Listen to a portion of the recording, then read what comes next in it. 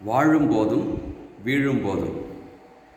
பொதுவாகவே மனிதர்களாகிய நாம் கடவுளிடம் ஜெபிப்பதற்கு தவறுவதே இல்லை. எல்லாமே அவர் கொடுத்த கொடை என்று தான் நினைக்கின்றோம். இதை நாம் எப்பொழுது நினைக்கின்றோம்? நன்றாக வசதி வாய்ப்புகளோடு பொருளாதாரத்தில் முன்னேறி நமது குழந்தைகளும் நன்றாக இருக்கும் பொழுது இதெல்லாமே கடவுள் கொடுத்த கொடை என்று சொல்லி கடவுளை போற்றுகின்றோம். நன்றி திருப்பலியும் செலுத்துகின்றோம். இது மனிதர்களது வாடிக்கை.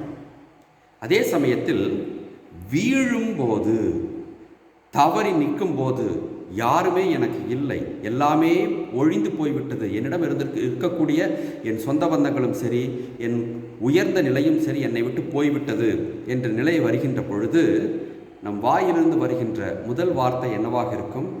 ஆண்டவரே, ஏன் எங்களுக்கு இப்படி செய்து விட்டீர்? நாங்கள் என்ன பாவம் செய்தோம் என்று எங்களுக்கு இந்த சோதனையை தந்தீர் என்று வாய்விட்டு கதறுவோம்.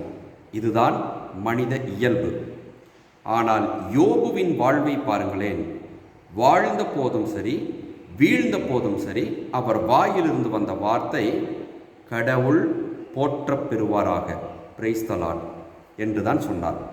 இதற்கு எப்பேற்பட்ட ஒரு திடகாத்திரமான மனநிலை வேண்டும் என்பதை கிறிஸ்தவர்களாகிய நாம் புரிந்து கொள்ள வேண்டும்.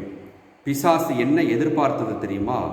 வாழும்போது யோபு உங்களை நன்றி கூறி பாராட்டுவான், அதுவே அவரிடம் இருக்கக்கூடிய எல்லாவற்றையும் எடுத்து பாருங்கள், அவன் வாய் உங்களை தூற்றும் என்று கடவுளிடமே சென்று போட்டி வைத்தது. ஆனால் யோபுவின் வாயிலிருந்து என்ன வந்தது? கடவுள் போற்றப் பெறுவாராக என்று இரண்டு சூழ்நிலைகளிலுமே அந்த வார்த்தை தான் வந்தது. ஆக யோபு தன் வாழ்வில் பிசாசை ஏமாற்றினார், கடவுளை உயர்த்தி வைத்தார். நம் வாழ்வில் நாம் பிசாசை உயர்த்தி வைக்கப் போகிறோமா, கடவுளை தாழ்த்தி வைக்கப் போகிறோமா என்பதை நாம் தான் முடிவு பண்ண வேண்டும். இன்றைய நாளின் வழியாக நாம் தெரிந்து கொள்ள வேண்டியது, எதை கொடுத்தாலும் சரி கடவுள் நமது நன்மைக்கெனத்தான் அதை கொடுப்பார். அது இன்பமானாலும் சரி, துன்பமானாலும் சரி என்பதை உணர்ந்து பார்த்து கடவுள் மீது விசுவாசத்தை வைப்போம், யோபுவை போல.